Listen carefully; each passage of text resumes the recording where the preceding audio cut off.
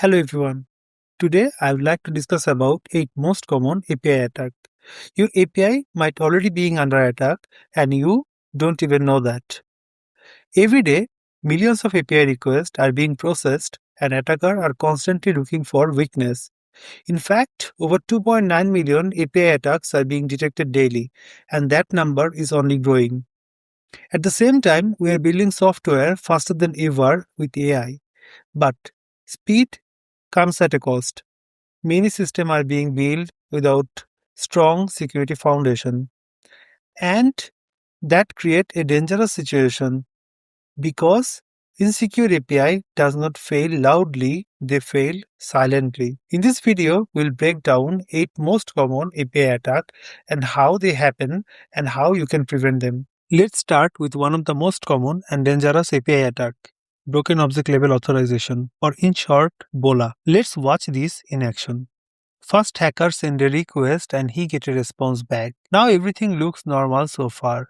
Now he is curious and thinking what happened if I change the ID. Now he can access another user's order. And now in this way, he can download 10,000 customers' order and server can't stop him. And this is BOLA in action. This happens when an API does not properly check whether a user is allowed to access a specific resource. In simple terms, the user can change an ID and access someone else's data. Attacker don't need to hack password or even break encryption. They simply iterate through the ID and extract data at a scale. This type of attack is extremely common, especially in API that rely on predictable identifier. The fix is always check ownership, always verify that the requesting user owns the resource before returning it. An even better approach is to enforce this check at database query level.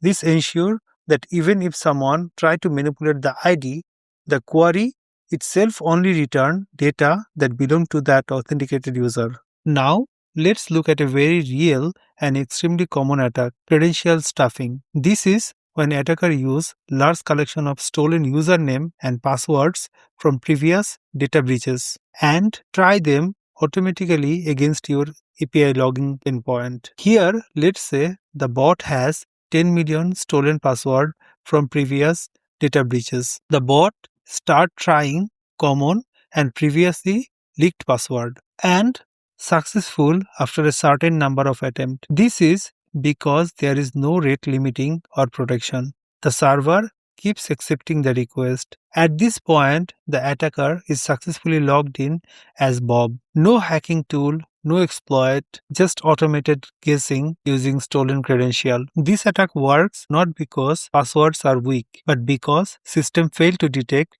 repeated failed attempts and block them. If your API allows unlimited logging attempt without protection, it becomes an easy target for automation. So to protect our API against credential stuffing attack, first we need to implement rate limiting. If a single IP address exceeds a small number of logging attempts within a time window, for example 5 attempts per minute, then the server should respond with a 429 too many request error. Next, add account lockout mechanism.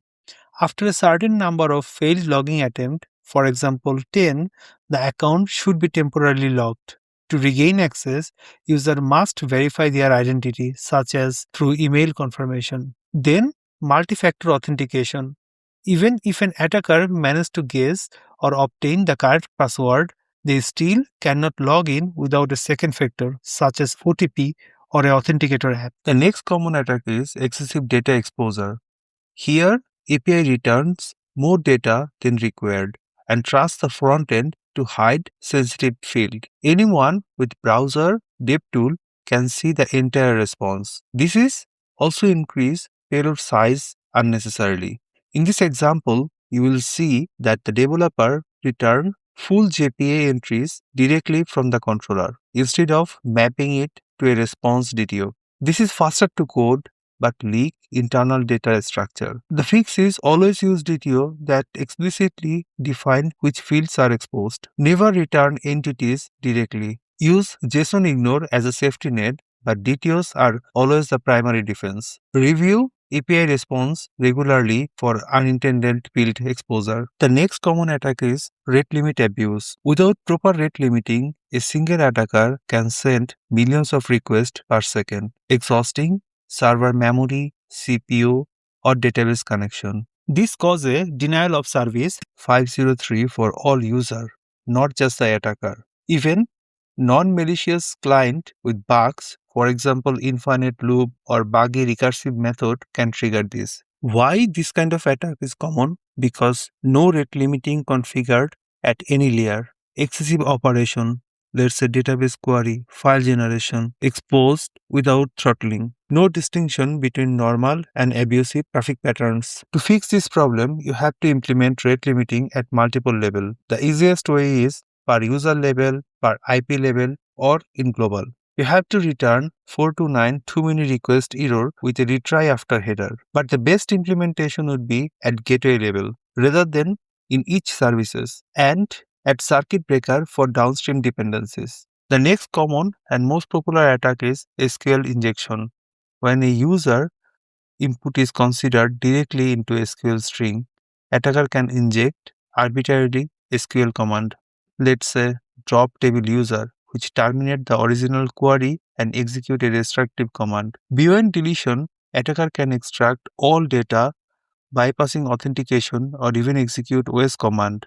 This kind of issue occurs because application build SQL queries by combining string with user input. In this approach, user input is treated as part of the SQL command itself, not just a data. So the database cannot tell what is actual query logic and what is the user provided input. The core problem is the absence of secure query handling mechanism that keep code and data strictly separated. To fix this problem, use parameterized query or prepare statement, because in this case database treat input as a literal string value, never as executable SQL. ORM like JPA, Hibernate use parameterized queries by default. Never build SQL with string concatenation. Also apply input validation as a defense in depth. Our next attack is broken authentication. Let's say in a coffee shop, a developer logs into the system, grabs a coffee, and starts working. Everything looks normal, fast logging, no friction, perfect experience. The next day,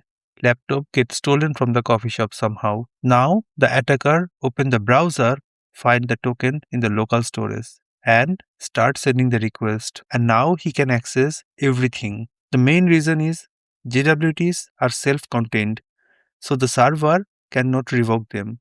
And until the tokens expire, the attacker stays authenticated. Why it happens? Because convenience over security. JWT are stateless, means server cannot invalidate individual token without additional infrastructure, or weak algorithm choice and insecure token storage. To fix this problem, you have to use short-lived access token paired with revocable refresh token. Use strong algorithm. Store token in a secure storage, never in the local storage. Send it via authorization header, never in the URL. Maintain a token block list for emergency revocation. Rotate refresh token on every use.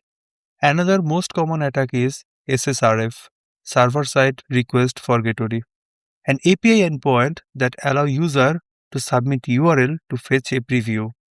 The attacker submit a apparently harmless internal address, and the server fetch it from inside the network. Networking cloud, credential, internal service data, or admin panel access. The server act as a proxy into the private network, and now the attacker gain access to internal systems that were never exposed to the internet, all because the server trusted the user provided URL and make the request on their behalf. The main reason for these problems are server blindly fetch any URL the user provided without validating the destination. Internal network trust request from internal IPs. Cloud metadata endpoint are accessible from any instance without authentication. To fix this problem, first you have to think about the zero trust architecture. Also, you have a allowed domain. You must block internal IPs. You only allow HTTPS. Another kind of attack is mass assignment or auto binding, where a user updates their profile through a simple API request. This sounds harmless, right? But they send their name and email, but silently add extra field, let's say role admin. The backend framework automatically map all JSON data into the user object and save it directly to the database. No validation, no filtering. The request succeed. The user role is upgraded into the admin. Why it happened? The developer bind the full request body to the entity or model without filtering. Frameworks make it easy with request body mapping directly to entities. New fields added to the entities are automatically writable via the API. To fix this problem, use separate DTO with only allowed fields. Also, map DTO fields explicitly to the entity. Never bind request bodies directly to the database entities. Use JSON ignored properties as an additional safety. Now, here at a glance, you can see all attacks. I hope now you have a clear understanding of each of them.